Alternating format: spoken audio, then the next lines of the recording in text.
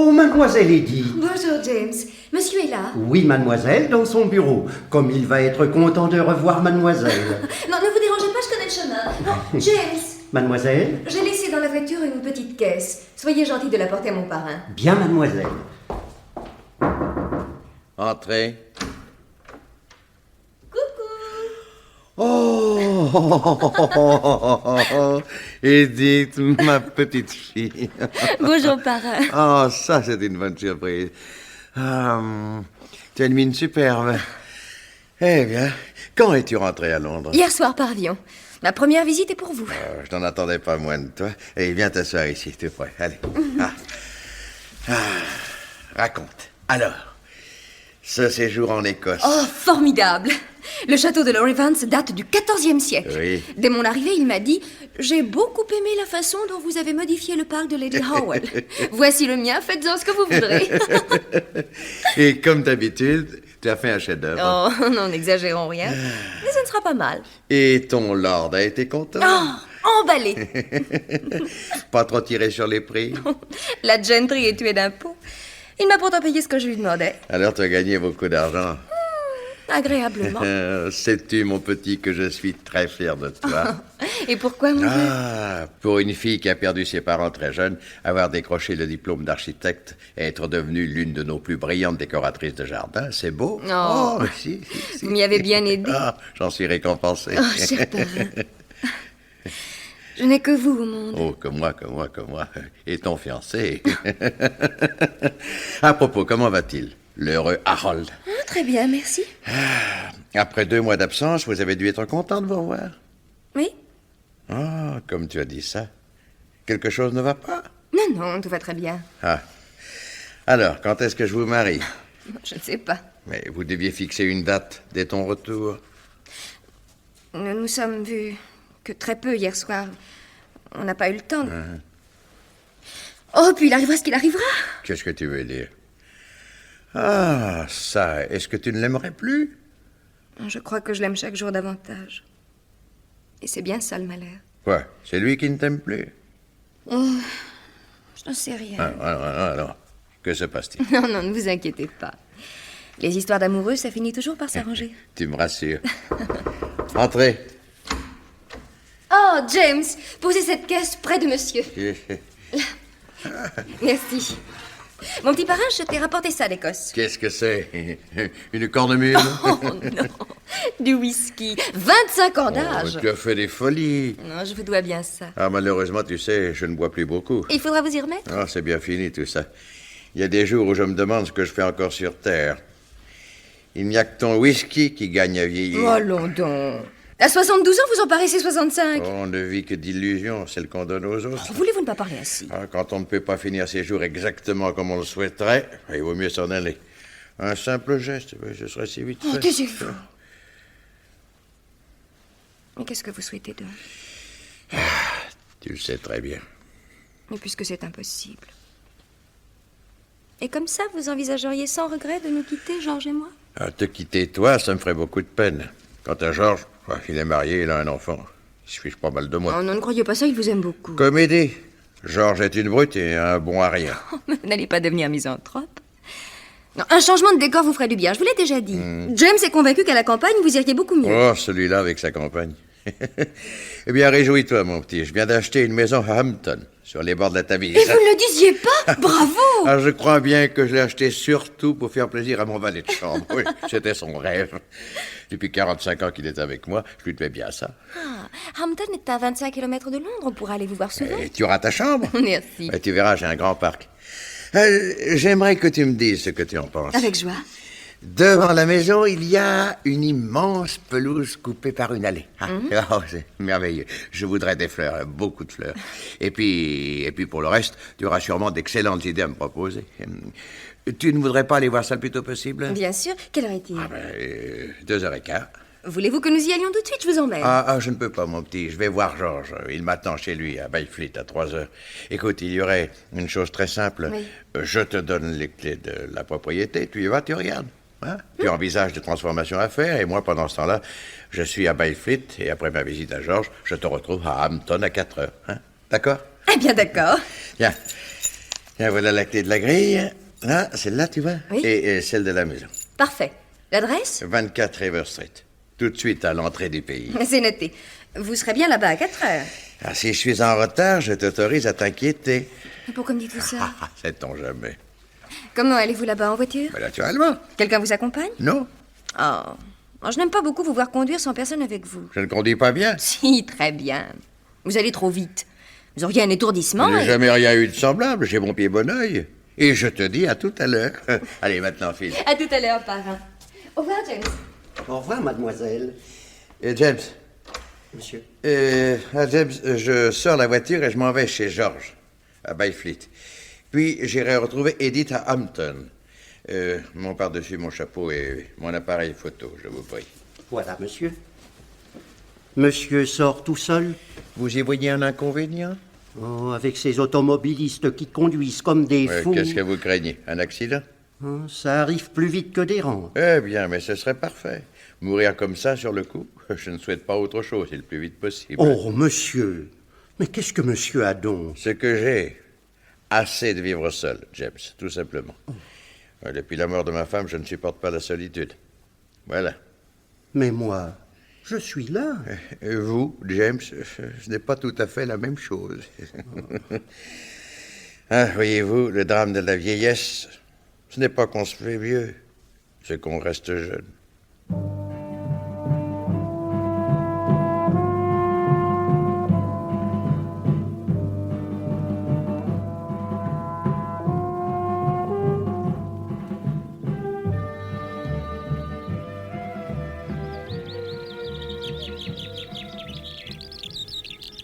Oh, chef, vous entendez? Vous entendez cet oiseau?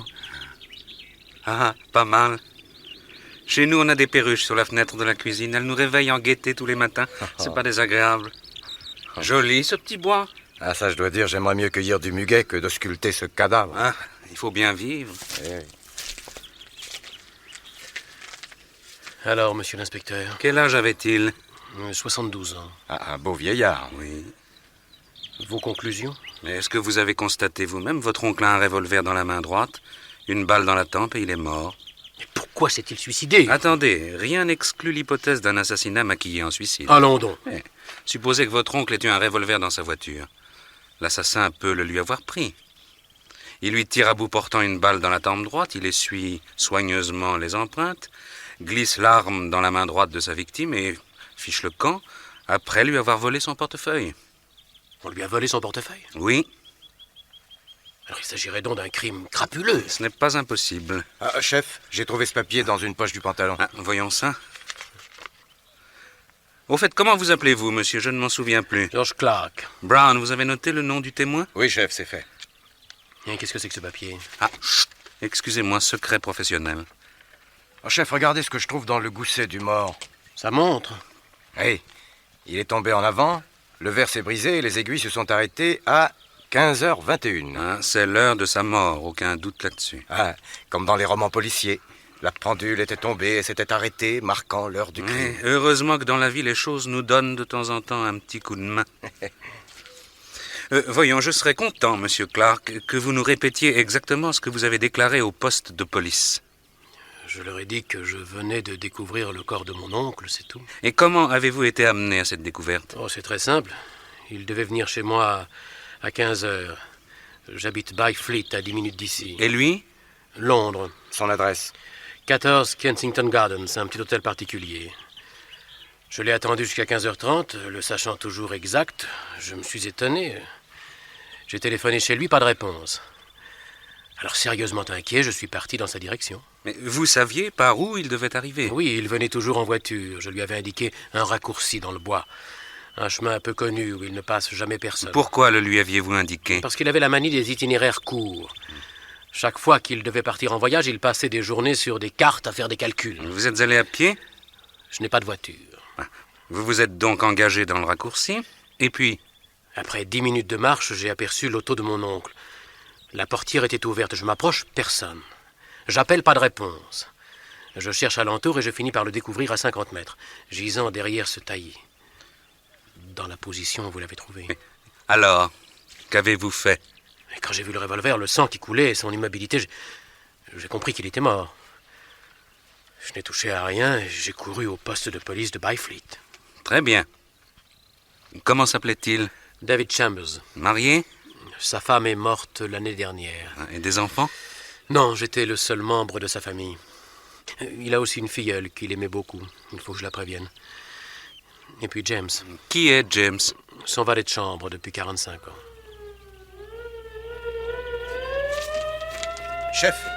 Chef, on vient prendre le corps. Mais où va-t-on le transporter? À la morgue pour l'autopsie. Les constats sont terminés, messieurs. Vous pouvez l'emmener. Maintenant, monsieur Clark, j'aimerais me rendre au domicile de votre oncle. Pouvez-vous nous accompagner? Volontiers. Peut-on faire un détour par chez moi? Je voudrais prendre mon imperméable. D'accord, allons.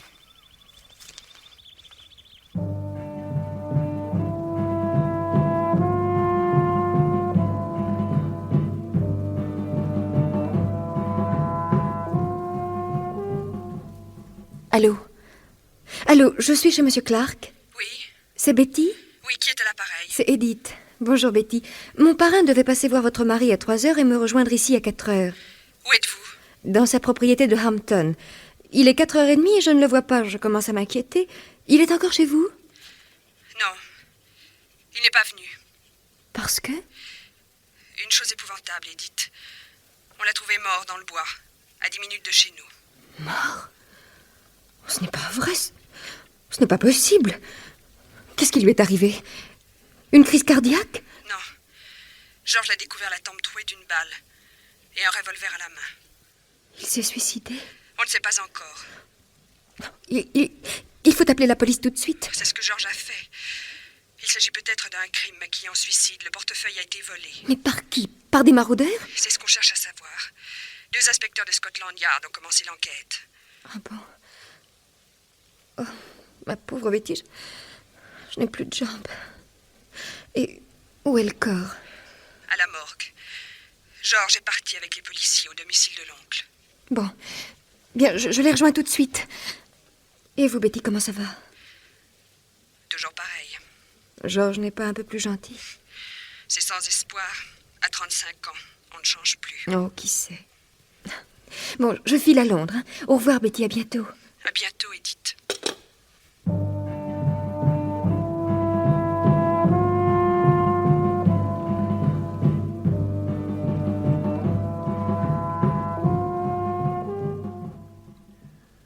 Voilà, James. Voilà comment mon pauvre oncle s'est suicidé. Ça devait arriver. Comment ça? Son père est mort de la même façon, monsieur. Ah, il s'est tiré une balle dans la tête? Oui, monsieur. Et le grand-père s'est pendu. Lourd atavisme, n'est-ce pas? Monsieur Chambers avait déjà tenté de mettre fin à ses jours? Non, parce que je l'avais à l'œil. Mais dans sa vie, il a traversé 2 crises où c'était devenu pour lui une obsession. Je pensais que c'était fini. Eh bien non, monsieur. Tout à l'heure, quand il m'a quitté, j'ai eu l'impression que ça le reprenait. Et vous voyez, je ne me trompais pas. Quelle a été la raison de la première crise? Un mauvais coup de bourse. Mais il était riche. Il avait fait sa fortune dans l'importation de thé. Et tout d'un coup, il s'est trouvé ruiné. S'il n'y avait pas eu James et ma tante, il se serait fait sauter la cervelle. Ah, on a passé des moments terribles. Et puis, petit à petit, il a repris courage. Et quelques années plus tard, il avait récupéré bien au-delà les fonds qu'il avait perdus. Et la seconde fois? Ah, c'est il y a 18 mois, quand ma tante a découvert qu'il avait une maîtresse. Oui, monsieur adorait cette pauvre madame qui était la bonté même. Il ne supportait pas de lui avoir fait de la peine. Oh, pourquoi faut-il qu'il ait rencontré cette créature? Vous parlez de la maîtresse? Oui, monsieur.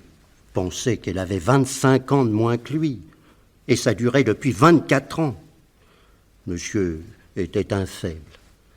Quand elle l'a connu, elle avait 23 ans et lui 47.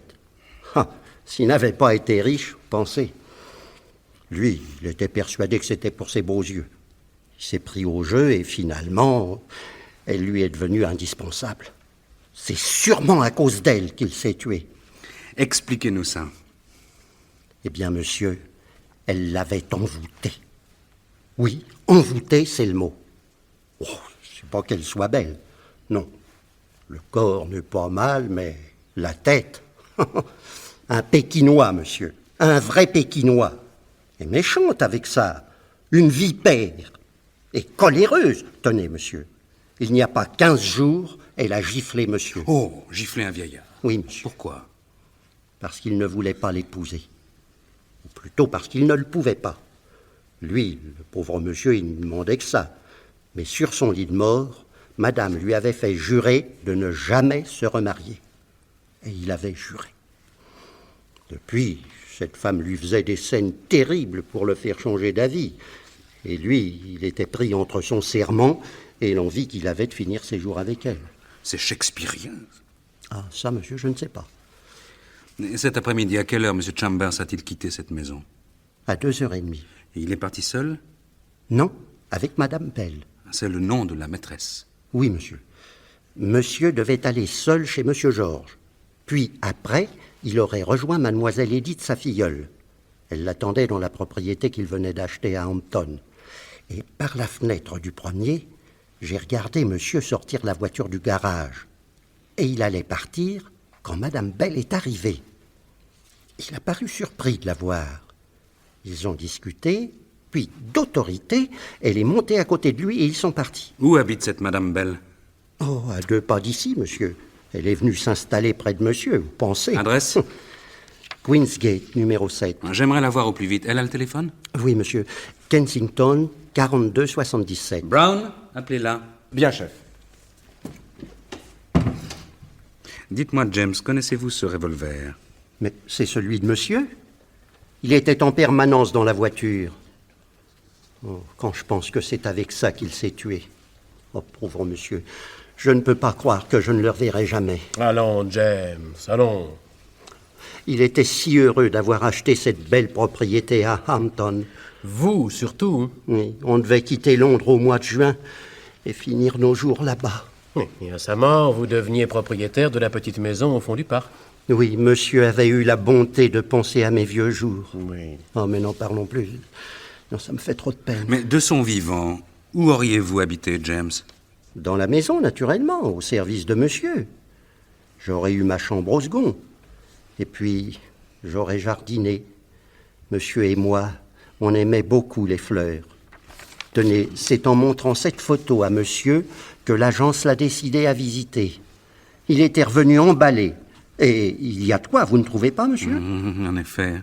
Tenez, regardez, on entre par cette belle grille. Vous suivez l'allée du milieu entre 2 pelouses, et au fond, vous voyez la maison, avec un chêne centenaire sur la droite, et sur la gauche, ce joli petit kiosque rustique. Très bien, très bien. Je peux ranger la photo, monsieur? Mais bien sûr. J'ai téléphoné, chef. Madame Bell était absente, mais la commission lui sera faite. Merci, Brown. Dites-moi, James, Monsieur? où étiez-vous cet après-midi à 15h21? Moi? Mais ici, monsieur. Pouvez-vous le prouver? Mais comment voulez-vous, monsieur? Mais personne n'est venu et je suis resté tout le temps dans l'office à faire l'argenterie. Mais en arrivant, je suis entré dans le garage et j'y ai vu une motocyclette. À qui est-elle? À moi, monsieur. J'en fais depuis 1918. Le moteur était brûlant. Vous êtes donc sorti? Non, monsieur. Je suis seulement descendu changer une bougie et régler le moteur. Oui, c'est demain mon jour de congé. Et comment se fait-il alors que j'ai téléphoné ici à 15h30 et que l'on n'ait pas répondu? Je suis désolé, monsieur, mais ça doit être au moment où j'étais au garage. Avec le bruit du moteur, je n'ai pas entendu la sonnerie. Ah, vous entendez celle-ci? Oui, monsieur. Eh bien, allez ouvrir. Ça doit être Madame Bell. Ah non, elle sonne toujours 3 coups, monsieur. J'y vais. Brown, voyez ce que c'est. Oui, chef. 2 inspecteurs avec un individu qui a les menottes aux mains, chef. Tiens, faites-les entrer. Oui. Messieurs. Oh, Henley! Tiens, salut Jackson, comment va? Très bien. Et ta femme et tes gosses? Depuis qu'on a la télé, ils me fichent une paix royale. Et les tiens? Le dernier à la rougeole. C'est pas grave. Fais attention qu'ils prennent pas froid. On va s'occuper de moi, oui. Hein? Oh, pardon. Je connais personne dans cette turne. Pourquoi on m'amène ici? Henley, on peut savoir? Des policemen viennent de l'arrêter dans le bois de Byfleet. Ils ont appelé Scotland Yard, on a pris livraison du colis et nous voilà. Et pourquoi l'ont-ils arrêté? J'ai l'impression que les policemen de Byfleet n'aiment pas tellement les beatniks. Alors en apercevant celui-ci qui traînait dans le bois avec ses 3 poils de barbe, ses cheveux dans le dos et son blue jean en loques, ils l'ont interpellé. J'ai bien le droit de m'habiller comme ça me plaît, non? Instruis-moi un peu, veux-tu? Être beatnik, ça veut dire quoi, au juste? Qu'on n'est pas d'accord. Et sur quoi? Surtout, Les cheveux dans le dos, là, ça sert à quoi? à montrer qu'on n'est pas d'accord. Ah. Et qu'est-ce que tu penses des garçons qui ont les cheveux courts? C'est des filles. Hein? Et les vraies filles? Des copains. Hein? Et cette crasse, là? Les gens font ben, c'est marrant. Quel âge as-tu? 19 ans. Tu as encore tes parents? Ouais? Que fait ton père? Il est industriel à Sheffield. Et qu'est-ce qu'il a dit quand tu t'es laissé pousser tes cheveux? Ça l'a fait râler, il est chauve. Tu as fichu le camp de chez toi? Ouais? Et tu travailles? Non. Pourquoi? Je fais de l'anémie. Mais tes parents t'ont cherché. Hein? Ils veulent plus me voir. Nous disions donc que les policemen t'avaient interpellé. Oui, et aussitôt il a pris la fuite. C'est quand ils ont menacé de lui tirer dessus qu'il s'est arrêté. Et les pruneaux, moi j'aime pas. Comment t'appelles-tu?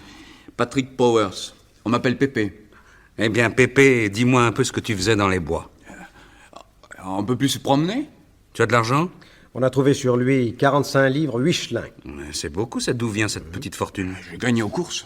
Il filait probablement à cause de ses billets pas très catholiques, et sûrement parce qu'il avait cet appareil photographique. Montre un peu. Mais dis donc, ça vaut très cher un appareil comme ça. C'est ma mère qui me l'a donné pour mon anniversaire. Ah non, Comment non? Dis tout de suite que je suis un menteur? tu l'as volé. Le propriétaire a collé au fond de l'étui sa carte de visite. Et cette carte, tu ne l'as pas vue. Il y a écrit dessus « David Chambers, 14, Kensington Garden, Londres ». Or, on vient de trouver M. Chambers dans le bois de Byfleet avec une balle dans la tête. C'est pour ça que Jackson compte l'amener. Excellente idée. Un mort? J'ai pas vu de mort. James, vous connaissiez cet appareil? C'est celui de monsieur. Il l'a emporté en sortant. Bon. Alors, explique-nous un peu dans quelles conditions tu l'as volé. Oh, volé. Allez, allez, parle! Je marchais dans les bois quand j'ai vu une bagnole arrêtée et la portière ouverte. Alors, personne autour. Et sur la banquette, cet appareil traînait. J'ai eu qu'à allonger la main. Pourquoi les gens rangent pas leurs affaires? Oui, hein? Pourquoi? Et pour le portefeuille, comment ça s'est passé? Portefeuille? Et quel portefeuille? Celui que tu as volé. Mais- Parce que pour l'argent gagné aux courses, moi je ne marche pas. J'ai pas pu voler un portefeuille, j'ai vu personne. Veux-tu que je te dise, moi, comment les choses se sont passées? Allez, allez, amusez-moi. Tu prends l'appareil photo, tu fouilles la voiture et tu découvres le revolver. C'est à ce moment-là que M. Chambers revient. Tu t'affoles, tu tires, il tombe, tu lui fauches son portefeuille, que tu jetteras Dieu sait où après l'avoir vidé. Et puis tu maquilles ton crime en suicide. Un gars comme toi, nourri de bouquins policiers, tu n'auras eu qu'à passer de la théorie à la pratique. Ah, c'est pas comme ça que les choses se sont passées? Brillante imagination. Vraiment? Alors peux-tu me dire où tu étais à 15h21? Ah, j'en sais rien, moi. J'ai pas de nom. Prends garde. Si tu ne te défends pas mieux que ça, on peut t'inculper d'assassinat et t'encoller pour 20 ans. Hein? Qu'est-ce que vous voulez savoir? Je t'ai demandé où tu étais à 15h21. Je me rappelle pas. Bah, fais un effort, ça en vaut la peine. Alors tu étais dans le bois, hein? Hein? N'est-ce pas? Non, attendez. Ah oui, j'ai bu un drink dans un pub de Byfleet. Le nom? Ça, Il n'y avait pas un nom sur l'aventure ou une enseigne? je me rappelle pas. Ah si, Cromwell. Oui, c'est ça, le Cromwell. Même qu'il y avait une horloge au-dessus du bas et qu'elle marquait 15h20. Oh, quelle précision! Enfin, 3 minutes près. Bah, on ira voir ça.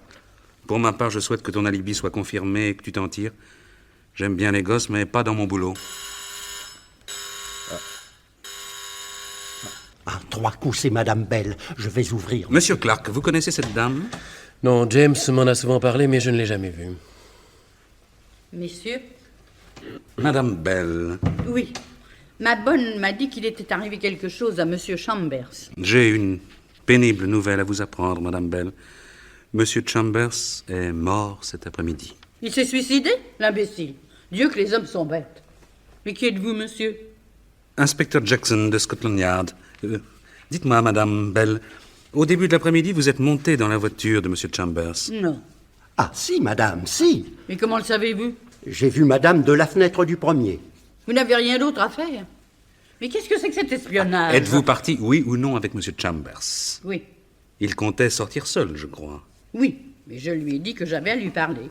Je suis monté dans sa voiture et nous sommes partis. Vous entreteniez avec Monsieur Chambers Des relations, disons, sentimentales. Ne vous donnez pas tant de mal, j'étais sa maîtresse. Ah, depuis longtemps? 24 ans. Et vous saviez où il se rendait en voiture? Oui, chez son neveu, Georges Clark. Et vous auriez été reçu? Ah, ça non, par exemple. Tiens, vous êtes là, vous. Soyez tranquille, mon petit. Je serais resté dans la voiture. Regardez, inspecteur, comme il me déteste, celui-là aussi. Autant qu'Edith, la filleule de mon pauvre David. C'est bien simple, inspecteur, tous ces gens me détestent. Ils pourraient pourtant me considérer un peu comme de la famille. Pendant 24 ans, j'ai assisté à toutes leurs cérémonies, mariage, baptême, enterrement. Oh, derrière un pilier, bien sûr. Vous connaissez Backstreet? Ben, je suis la femme de Backstreet. Et personne ne vous y a obligé. Pendant des années, vous avez influencé mon oncle contre nous. Chaque fois qu'il avait une réaction regrettable vis-à-vis de sa femme, d'Edith ou de moi... Ou de moi, monsieur. Il n'y avait pas besoin de chercher d'où ça venait. C'est vous qui aviez tiré les ficelles. Mon oncle a longtemps hésité à acheter cet hôtel particulier, inspecteur. En fait, c'est elle qui ne voulait pas. Parce qu'à sa mort, cet argent lui aurait filé sous le nez. Dites le contraire. Je ne vous répondrai même pas. Monsieur Chambers, madame, est mort cet après-midi à 15h21. Très exactement. Où ça? Dans le bois de Byfleet. Et vous le savez aussi bien que moi. Mais comment le saurais-je? À ce moment-là, je n'étais déjà plus avec lui. Expliquez-vous. Mais c'est de l'inquisition. Mais ce qui s'est passé entre lui et moi ne regarde personne. Ça regarde la police, et si vous refusez de parler, ça va se gâter. Bon, ne vous fâchez pas. Eh bien, puisque vous voulez tout savoir, pendant que nous roulions, j'ai exprimé une fois de plus à M. Chambers ma volonté de l'épouser. Voyez-vous ça? Mais dites donc, je suis veuve depuis l'âge de 21 ans, j'en ai 47, et j'ai sacrifié à votre oncle le meilleur de ma vie. 24 ans, ça compte, il me semble. Et vous aurez beau dire, c'est moi qui étais sa vraie femme. La légitime, elle n'était qu'une pauvre créature. Oh, je ne laisserai pas insulter la mémoire de madame. Ah, je dis les choses telles qu'elles sont, James. Et vous savez fort bien que c'est auprès de moi que votre maître a connu le vrai bonheur. Lui-même, ne vous l'a-t-il pas dit? Oui, une fois. Quand je pense que je me suis sacrifié au bonheur d'un homme pendant 24 ans, et toujours dans l'ombre, toujours la conspiration du silence, comme si on avait honte de moi. Mais vous ne trouvez pas, inspecteur, qu'une fois sa femme morte, je méritais qu'il m'épouse au grand jour? N'avais-je pas droit à un peu de justice, moi aussi? Vous vouliez porter son nom pour avoir le droit à l'héritage. Mais mon pauvre petit, je suis 10 fois plus riche que lui. Laissez-moi rire. Mais personne ne sait encore qu'à plusieurs reprises, j'ai prêté de l'argent à votre oncle. Beaucoup d'argent. D'où venait-il? De mon mari. Je l'ai épousé à 18 ans, il est mort quand j'en avais 20. C'est faux, monsieur l'inspecteur. Son mari n'avait aucun moyen. J'ai fait faire une enquête. L'argent qu'elle possède, c'est mon oncle qui le lui a donné. Monsieur Chambers vous a-t-il remboursé les fonds que vous lui avez soi-disant prêtés? Il devait le faire cette année. En attendant, il m'a signé des reconnaissances de dette et je les montrerai à qui de droit le moment venu.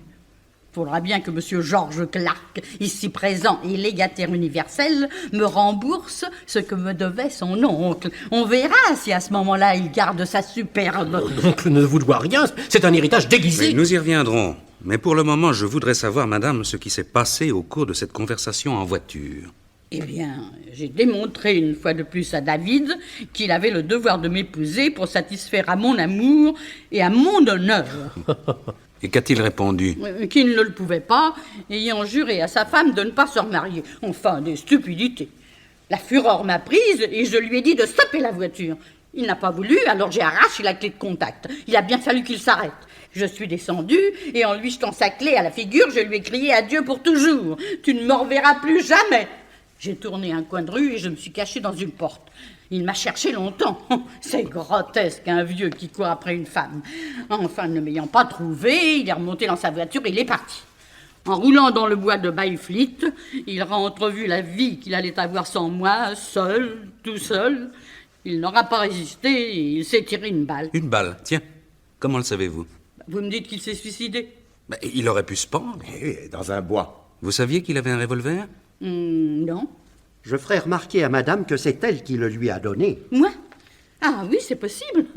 Je ne m'en souvenais plus. Et vous prétendez avoir quitté M. Chambers avant le drame? Oui. Où étiez-vous arrivé à ce moment-là? À Kingston, Quelle heure était-il? 15h10. Comment le savez-vous si exactement?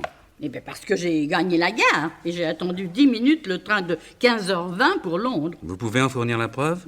Interroger l'employé du guichet où j'ai pas eu mon billet. On m'a souvent dit que lorsqu'on m'avait vu une fois, on ne pouvait pas m'oublier. Puisse cet alibi être exact, madame? Parce que? Il n'est pas impossible que M. Chambers ait été assassiné. Allons donc.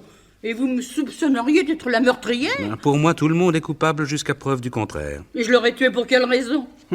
Un coup de colère. Madame est si violente. Peut-être aussi un impérieux besoin d'argent. Mais je viens de vous dire... Permettez-moi d'émettre de sérieux doutes sur le bien fondé de ces soi-disant reconnaissances de dettes signées par M. Chambers. Mais c'est une infamie. C'est trop souvent un moyen de léguer sa fortune en évitant des charges fiscales aux bénéficiaires. Dans un tel cas, il vous faudra fournir à l'administration la preuve des versements que vous avez effectués. Des numéros de chèque, par exemple, afin qu'on puisse vérifier à la banque qui les a touchés, s'ils ont jamais existé. Bon, je vous chercherai ça. Mais j'y compte bien. Autre chose, nous avons récupéré cet appareil photographique. Savez-vous quelles photos ont été prises avec la pellicule qui se trouve encore à l'intérieur? Oui, c'est moi, sur la pelouse de la nouvelle propriété de Hampton. Parfait. Brown, vous ferez développer et nous montrerons les épreuves à l'employé de la gare de Kingston. Attendez, je vois qu'il reste encore de quoi faire quelques clichés. Patrick, Oui. approche-toi de la fenêtre, que je te prenne en photo. Et pourquoi faire? Mais pour te montrer au bar Cromwell, en espérant que tu auras laissé un souvenir suffisamment durable pour que ton alibi soit confirmé. Il voit tellement de monde. Enfin, allez-y. Voudriez-vous ouvrir la fenêtre qu'on ait un peu plus de lumière, je vous prie? Là, parfait. Ne bouge plus? Merci. 2 coups, c'est mademoiselle Edith. Je vais ouvrir, monsieur. Encore une qui se croit sortie de la cuisse de Jupiter. Qui ça? Cette petite Edith. Et dire que mon pauvre David ne jurait que par elle. Messieurs, Inspecteur Jackson, de Scotland Yard. Edith Crawford, la filleule de M. Chambers. George, j'ai appelé chez toi et ta femme m'a appris la nouvelle. Oh, c'est affreux. Mais pourquoi s'est-il suicidé? À cause de madame. Madame? Je suis Madame Bell. Vous ne me connaissez pas, mais moi je vous connais très bien. J'ai même assisté à votre première communion. De loin, naturellement. Comme toujours. Parfois mon parrain me parlait de vous, madame. Il me disait vous devoir beaucoup de bonheur. Merci. Pourquoi se serait-il suicidé à cause de vous? Oh, ma chère enfant, ne cherchez plus. Nous en sommes maintenant à l'hypothèse de l'assassinat. Comment? Mon parrain aurait été assassiné, mais par qui? Mais je cherche, mademoiselle. Le moindre indice pouvant m'éclairer, j'aimerais vous poser quelques questions. Je vous en prie. Où étiez-vous à 15h21? J'attendais mon parrain dans sa propriété de Hampton. À qui faisiez-vous? Je suis architecte, spécialisée dans l'art des jardins. Mon parrain m'a parlé de la propriété qu'il venait d'acheter et nous sommes convenus que j'y ferais tout de suite un saut afin de voir quelles améliorations je pourrais lui suggérer. Il comptait m'y rejoindre vers 4 heures, après être passé chez son neveu Georges. J'ai examiné le parc et à 4h30, ne le voyant pas venir, j'ai téléphoné chez Georges. C'est sa femme qui m'a appris le drame. Quelqu'un peut-il témoigner de votre présence dans la propriété à 15h21? Non, personne. Il n'y a pas de gardien. Mon parrain m'avait donné les clés. La propriété est belle. Magnifique. Savez-vous combien il l'a payée?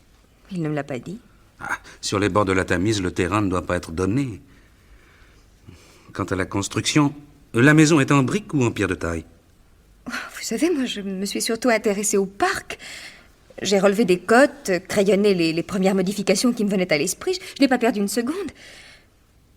Me permettez-vous une remarque, inspecteur? Je vous en prie. Vous envisagez l'éventualité d'un assassinat, ayant pour ça, je pense, d'excellentes raisons. Mais peut-être ignorez-vous que le suicide de mon parrain ne nous surprend pas tellement. N'est-ce pas, Georges? Et non. Il faut bien dire que pesait sur lui une lourde hérédité. Et son père et son grand-père se sont suicidés, je sais. Je vous ai d'ailleurs apporté les lettres qu'il m'a écrites aux 2 époques où il a songé sérieusement à mettre fin à ses jours. Tenez. D'abord celle-ci. Quand il a perdu en bourse une grosse somme d'argent. Et cette autre, après un drame d'ordre sentimental survenu entre lui et sa femme. Oui, à propos de Madame Bell. Merci. Je lirai ces lettres à tête reposée. Pour moi, vous savez, inspecteur, le suicide ne fait aucun doute. Vous avez peut-être raison, Monsieur Clark. Vous étiez, m'avez-vous dit, le seul membre de sa famille? Oui. Donc son seul héritier? Oui. Nom et adresse du notaire? Maître Harvey, Newbourne Street. Vous trouverez le numéro dans l'annuaire. Merci. Qu'est-ce que votre oncle allait faire chez vous cet après-midi? Nous voir, ma femme était un peu souffrante. Cette visite n'avait pas d'autre but? Non, pourquoi? Vous aviez contracté une dette envers lui. Une dette? Ah, quoi pas, non? Allons, nous avons trouvé ce papier dans sa poche. Qu'est-ce que c'est? Un reçu de 1000 livres. George Clark. C'est bien vous. C'est bien votre signature.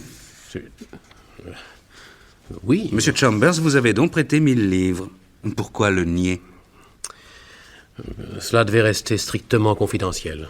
Je sais, moi, pourquoi vous vouliez que votre oncle garde le silence. De quoi vous mêlez-vous? Inspecteur, George Clark, que vous voyez là, était comptable dans une maison de commerce du West End. Vous allez la boucler, oui? Chut! Continuez, madame. Il a volé 1000 livres dans la caisse de son patron parce qu'il jouait aux courses et qu'il était dans une série noire.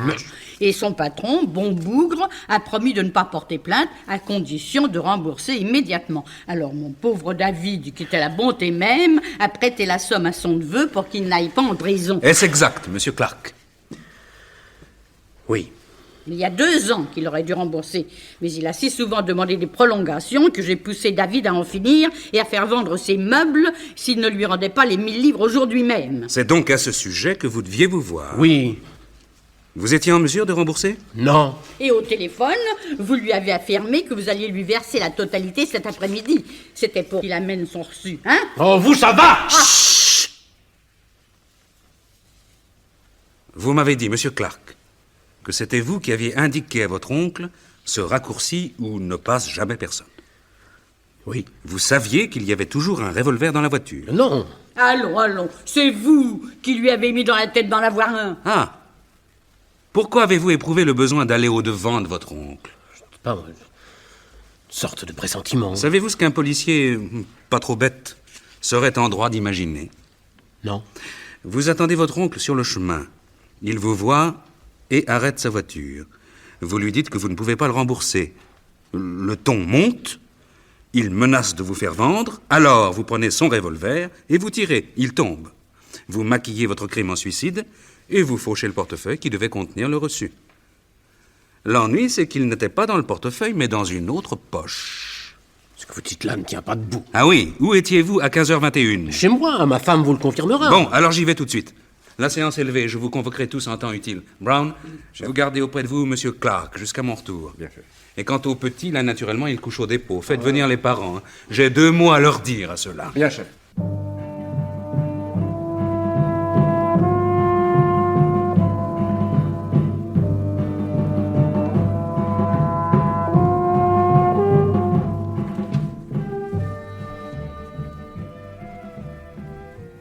Chef, je peux faire entrer dans votre bureau mademoiselle Edith Crawford? Mais naturellement qu'elle entre.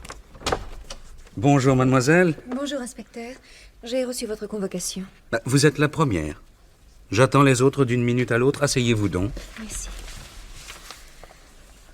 Alors, où en êtes-vous? Eh bien, honnêtement, depuis 3 jours, je nage. Qu'est-ce que vous voulez dans cette affaire? C'est comme dans tant d'autres.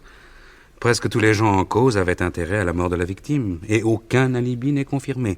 Qu'allez-vous faire? Réfléchir. Continuez à réfléchir. J'ai interrogé l'employé de la gare de Kingston. Je lui ai montré la photo de Madame Bell. Il ne l'a pas reconnue, ce qui ne semble pas suffisant pour l'accuser.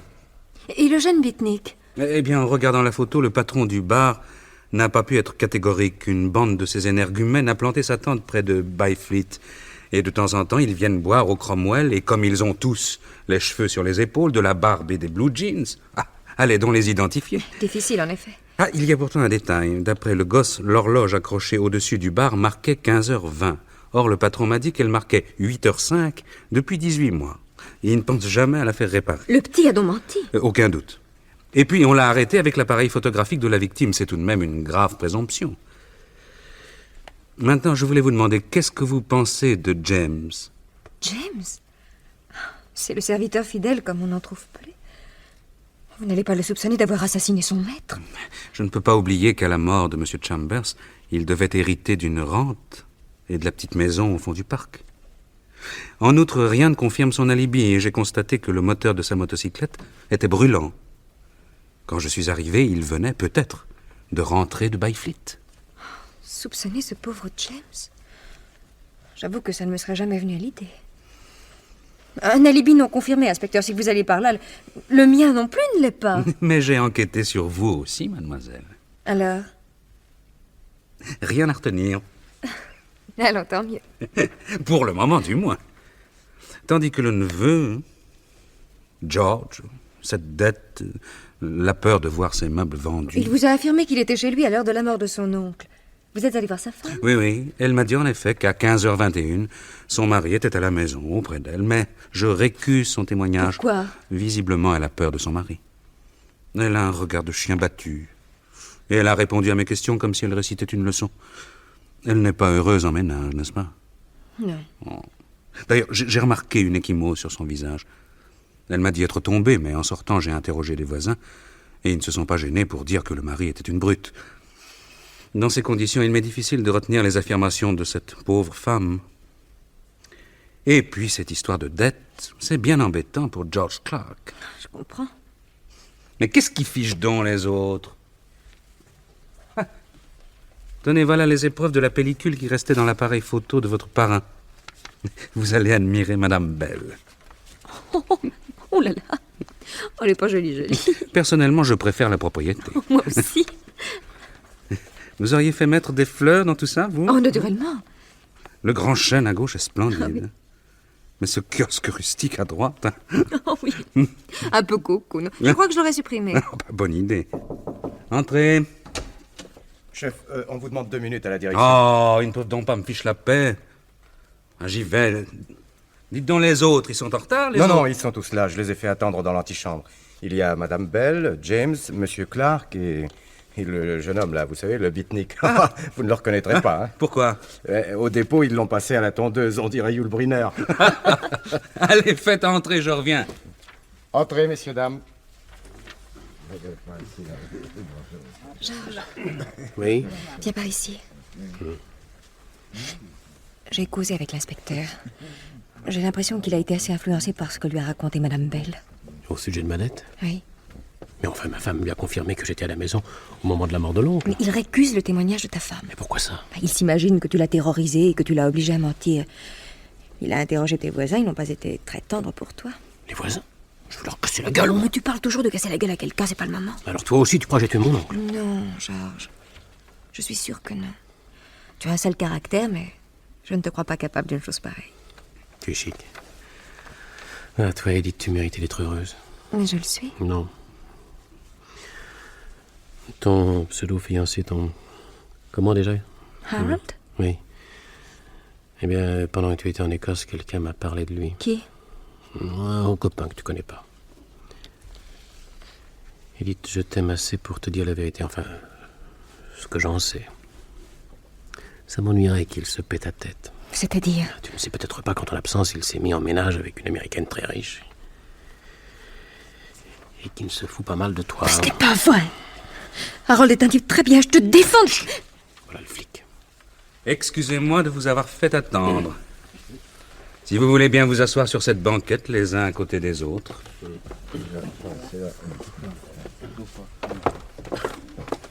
Voilà, très bien. Je vous ai fait venir pour vous tenir au courant de mon enquête et pour vous dire mes conclusions. Monsieur Chambers a été assassiné. Non, c'est par qui? Ah, par qui? James, vous êtes un bon et loyal serviteur. Et je vous souhaite de prendre un repos bien mérité dans la petite maison au fond du parc, selon les vœux de votre maître. Merci, monsieur l'inspecteur. Madame Bell, je ne peux retenir aucune charge contre vous, mais j'ai un conseil à vous donner. Soyez très prudente au sujet de vos reconnaissances de dette. S'il s'agit de reçus de complaisance, n'insistez pas. Les agents du fisc sont malins, et s'ils découvrent que vous avez tenté de les rouler, vous finirez sur la paille.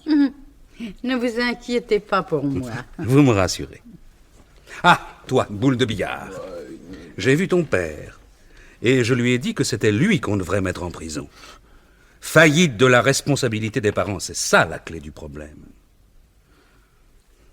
Tu retournes en famille, le juge est d'accord, et j'espère que le temps que tes cheveux repoussent, tu vas réfléchir. À la première incartade, on te colle dans la marine, compris?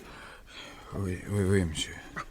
Quant à vous, monsieur George Clark, je n'étais guère disposé à croire votre femme au sujet de votre alibi, et j'étais sur le point de vous accuser du meurtre de monsieur Chambers. Quand, au dernier moment, j'ai eu la preuve irréfutable que c'est Edith Crawford qui a assassiné son parrain. Quoi? Mais qu'est-ce que vous dites?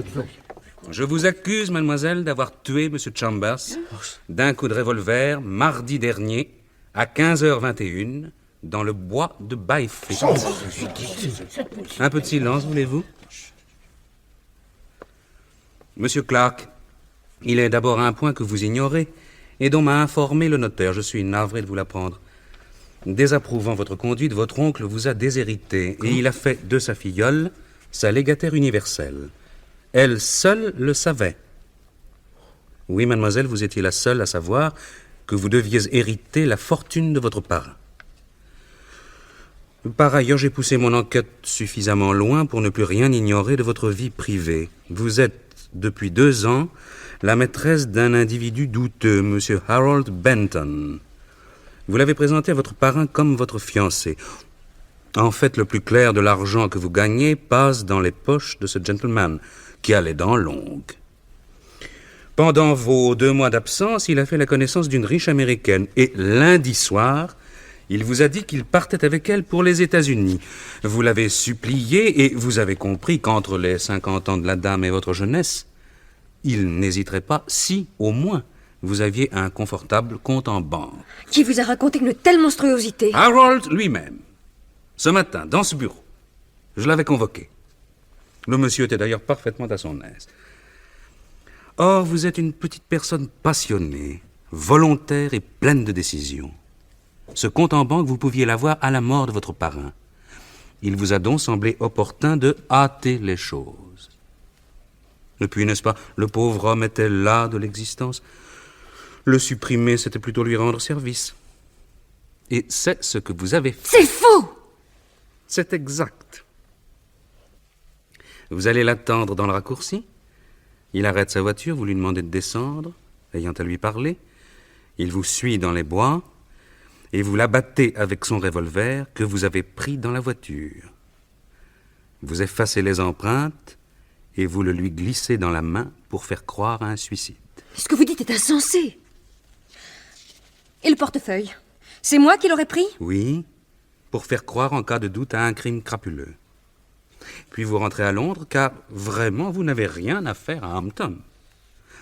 En fait, vous n'êtes jamais allé à Hampton. J'y étais au moment du suicide. Vous n'êtes jamais allé à Hampton. Et c'est ça qui m'a ancré dans l'idée que c'était vous la meurtrière. Je voudrais bien savoir comment vous avez pu imaginer une chose pareille. D'abord, un premier indice. Je vous demande si la maison est en briques ou en pierre de taille. Vous éludez la question, étant visiblement dans l'incapacité d'y répondre. À qui fera-t-on croire que la titulaire d'un diplôme d'architecte ne remarque pas, du premier coup d'œil, en quoi est construite une maison qui sera un jour la sienne? Merveilleux. Ensuite? Vous sortez de votre sac, soigneusement amené pour la circonstance, 2 lettres de votre parrain pour me prouver que la thèse du suicide est la seule valable. Je ne vois pas là un indice de culpabilité. Si vous étiez innocente, pourquoi seriez-vous venue à moi avec des lettres destinées à me faire abandonner la thèse du crime? Je ne vous demandais rien.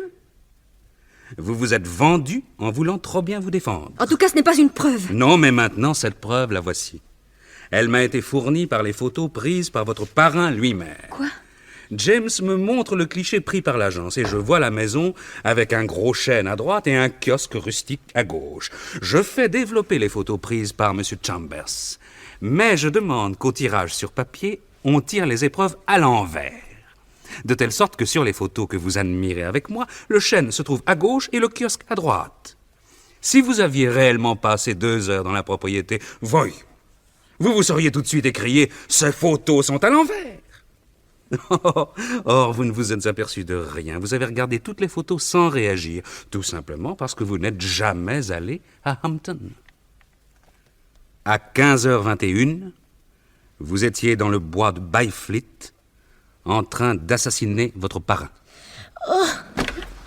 Qu'est-ce que là? Oh mon Dieu, il faut ouvrir la fenêtre. Oui. Un évanouissement qui équivaut à un aveu, n'est-ce pas, chef? Oui, Brown.